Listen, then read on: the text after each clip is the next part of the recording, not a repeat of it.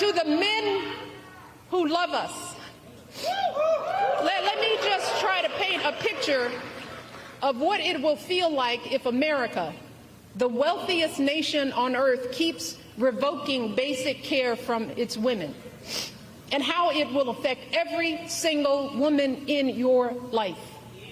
Your girlfriend could be the one in legal jeopardy if she needs a pill from out of state or overseas, or if she has to travel across state lines because the local clinic closed up. Your wife or mother could be the ones at higher risk of dying from undiagnosed cervical cancer because they have no access to regular gynecological care. Your daughter could be the one too terrified to call the doctor if she's bleeding during an unexpected pregnancy. Your niece could be the one miscarrying in her bathtub after the hospital turned her away. So I am asking y'all from the core of my being to take our lives seriously. Please,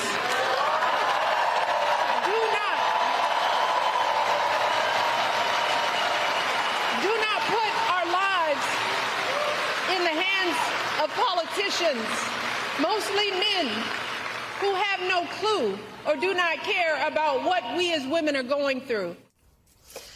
That was former First Lady Michelle Obama speaking in Kalamazoo, Michigan over the weekend, spelling out what's at stake in this election, including what is happening to women right now because of Donald Trump. Women like Deborah Dorbert of Florida, who had to carry out a hopeless, high-risk pregnancy to term, all because she was living under restrictive abortion bans as a result of Donald Trump. I found out I was pregnant. I went and had my anatomy ultrasound done. The doctor diagnosed the baby with Potter syndrome. And with Potter syndrome, babies only live a few minutes to a few hours. I could not get preterm induced due to the law, and I'm having to carry him to full term.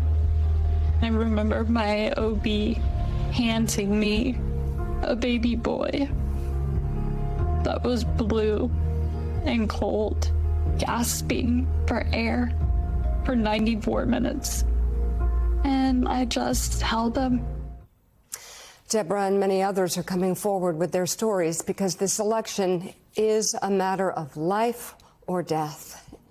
It already was a matter of life or death for Caitlin Joshua and many others. Caitlin was 11 weeks pregnant when she felt cramping and started bleeding, signs of a miscarriage. She was bleeding so much her husband feared for her life, but at her darkest moment, Caitlin was turned away from not one, but 2 emergency rooms. At the first ER, she says the staff told her they would pray for her. The reason? Doctors use the same drug to treat miscarriages as they do abortion, leaving some to fear they could face criminal charges under the state's strict abortion laws. And let's not forget about Amanda Zarowski of Texas, who almost died after being denied an abortion at 18 weeks, even though her pregnancy was no longer viable after her condition deteriorated. Doctors eventually performed an emergency abortion. However, Amanda developed sepsis and spent 3 days in the ICU fighting for her life. She survived, but is now unable to have children ever again. Deborah, Caitlin, and Amanda join me now at this important crossroads with just days before the election to tell their stories and talk about what's at stake. Also with us, Cecile Richards, former president of Planned Parenthood and an activist, and Cindy Levy, CEO of The Meteor, a publication that has been chronicling all the stories of women affected by the overturning of Roe, and there are many. Deborah, I want you to try and speak to some of the details, and I know these are going to be hard conversations, but we're all trying to get a message across about the dangers at stake here. Can you tell me about the 3 months where you had to carry the baby Milo to term, but you knew the baby had Potter syndrome? Can you tell me specifically what it was like for your body and mind to go through this? I fell into deep depression. and was starting to have suicidal indication. I endured physical pain that was worse than labor itself. And I fell into a deep, dark place, both physically and mentally, trying to understand, like, prepare myself for delivery, because I met life and death all in the same day. And then beyond your own body and mind and the hell that you were going through, your family and your community. You're carrying this baby and people are asking you when you're due. Your husband and little Caden. Can you describe what they went through? I mean, for Caden, now I'm trying to get comfortable with the uncomfortable and allowing that space for him to share his grief. He is asking questions. What is an angel? Where did his brother go? What is heaven? Does he have toys? And questions I'm telling him, I don't know. What do you think? Because he lost his brother, and that's all he knows. He hasn't grieved about what happened to us. And your warning for women at this time? That I am speaking up to share my son's legacy in hopes to bring change so no one else has to go through what I went through. It is a hard journey to be on, to have met life and death in the same day, all due to politicians and government interfering with my healthcare decision-making. Caitlin, you're a Christian. A lot of your values are obviously based on prayer and a lot of other things. But I say that because when you went to the ER for help, you were bleeding out and you were offered prayers. What were you thinking at that moment when what you needed was the health care that is available to you? Yes, and as you alluded to, I am a Christian woman, a woman of faith, and in that moment, I did not want or need prayers. I needed access to abortion care. Mm-hmm. And while I understand, any woman or physician that may have been offering up prayers, women's lives are at stake in this moment. They were in 2022 when I was experiencing my miscarriage. And the last thing that I needed in that moment was someone offering up their thoughts and prayers. And that is why I'm so committed to helping people understand you do not have to desert your faith in order to understand that women need the fundamental rights of the ability to have access to abortion care in all 50 states. And it's something that no one should have to navigate in a healthcare crisis as a result of someone just offering prayers. These conversations are extremely difficult, but I have to ask you a question. I don't even know how to ask you this, but I think it's important. Was the issue whether you were bleeding enough? And how much were you bleeding? I was certainly going through quite a few pads. I know that's the best way to measure it, or the best way that physicians often ask you when you're miscarrying or experiencing any type of blood loss during a pregnancy. They'll say, how many pads have you gone through? And I think within the first hour of being at that first physician's office, I'd gone through at least 5 or 6. And so I don't think for my situation it was a matter of how much I was bleeding. I think it was still physicians trying to interpret the law within my state of Louisiana, understanding this new abortion ban that just came down after the Dobbs decision, and no one was comfortable in treating me. And I think that's why I kept coming up against, actually I know it's why I kept coming up against the ability to access the health care, and instead having physicians trying to completely avert the situation in the conversation, or even confirming whether or not I was miscarrying. So they're talking about whether they're allowed to do what they needed to be doing for you in that moment, give you the care that you needed. Yeah. Amanda, you've shared your story. You are trying to share it as much as you can. I can't think of the words. I mean, to be going through what you went through to finally get the health care you needed. But because it was so far down the line, you ended up having more consequences to these bans. Can you tell us about that and what you're thinking, hearing Deborah and Caitlin speak out right now? Well, first, I just want to say to Deborah and Caitlin how much I admire them and how proud of them I am for their bravery, because you're right, these conversations are not easy. They don't get easier. They will never get easier. We have suffered enormous amounts of grief, trauma, loss. Those things stay with you forever. There are folks across the country telling their stories, and I'm proud of every single one of them. We're doing it because we have to. We have to protect people. We have to stop this suffering that's going on in our country. You mentioned the repercussions for me and the now lifelong consequences that I face, which is the permanent compromising of my reproductive organs and the inability to carry a child again. And so when folks tell me that they are pro-life, I don't know how you can listen to my story, to Caitlin's story, to Deborah's story, and say that there's anything pro-life in any of that. And to those who say, well, this is not going to happen to my daughter. I mean, these are very unique situations that they're highlighting that are not necessarily mainstream. You say what to that? These are people that are not paying attention because these stories are everywhere.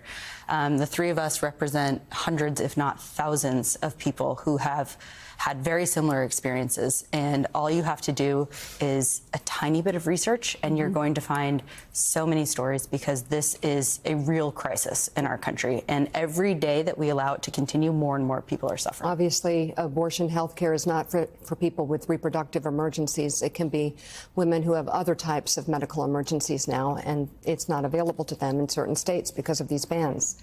Cecile, you were head of Planned Parenthood for 12 years. You've been fighting for women's rights as long as you've had a voice. Mom was Ann Richards. And yet right now, since we're all having hard conversations, you're dealing with brain cancer. Right. And yet you're still on the front lines. Why? Proud to be. It's so important because I know we're in the middle of an election, but these problems are not going away, win, lose, or draw. And the stories that these women have told, we have dozens, if not hundreds more. And these are not political stories. These are stories of women and families and daughters and granddaughters. The risk and the struggle to get health care in like almost half the states in America. And that's a long-term fight.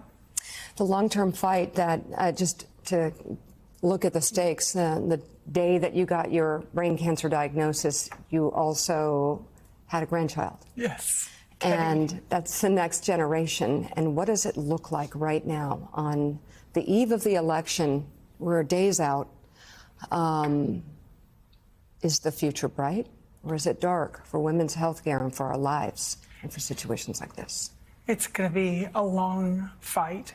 And I knew this a couple of years ago, even before the Dobbs decision, when I talked to doctors, oncologists, who told me I can't treat my patients in Texas because of these laws that have nothing to do with health care, have nothing to do with science. And they were telling doctors, like, you can't treat your patients. And that's what we have to change. Get politicians out of the doctor's office. It's for our daughters. Right, exactly. This is the future for our daughters, too. Cindy, thank you also for coming. And you have been fighting as well on the front lines of women's health care. And you've also been a major part of compiling all of these stories for the media. What are you finding? Because I have looked through a lot of the reports that you're bringing to the forefront, and they're gut-wrenching, and they involve women who are suffering, who are being tortured because they don't have access to health care, but also men who love them. deeply traumatized. I think one thing that we hear, and I'll say you also notice it in the incredible new oral history project that Cecile and Caitlin are putting together, Abortion in America. This is not just a quote unquote women's issue, which is how we've always thought of abortion. Obviously, it affects women intimately, but we have a news story out today involving a young couple in Alabama. She was diagnosed with a partial molar pregnancy, which is an incredibly serious and dangerous diagnosis.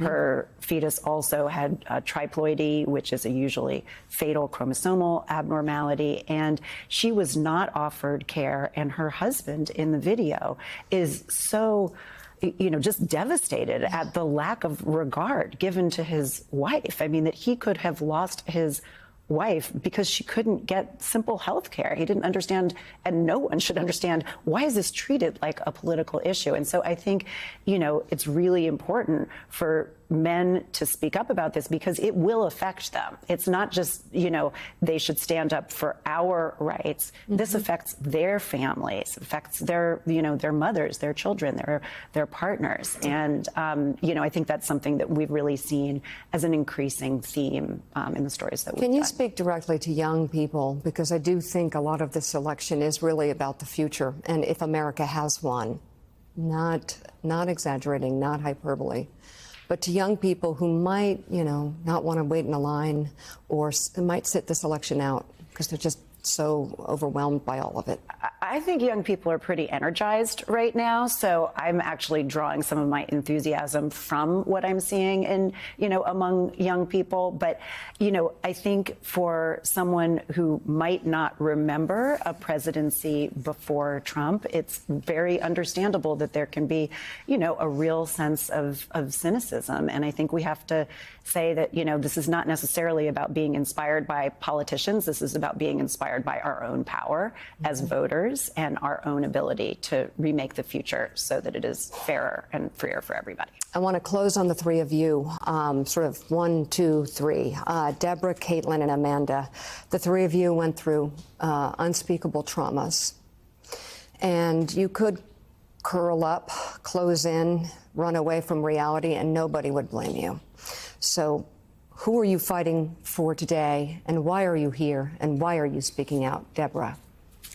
I'm speaking out to share my son's legacy, to help bring a change so no one has to go through what I went through.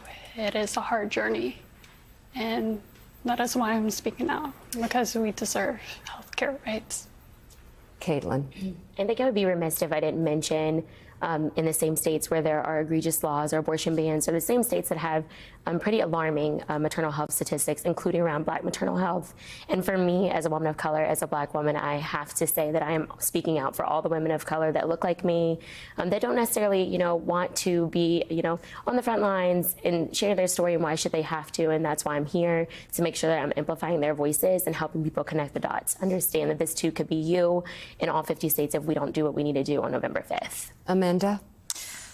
I'm speaking out for every single person in this country. Whether you agree with what I'm doing or not, I would not wish what I went through on my worst enemy. And for those folks who think that this might be niche, you're not going to care when it's your mother, your sister, your wife, your aunt. And for everyone in this country, we need to stop the suffering that's going on. Deborah Dorbert, Caitlin Joshua, Amanda Zarowski, Cecile Richards, Cindy Levy. Thank you very much for coming together at this critical time. Thank you.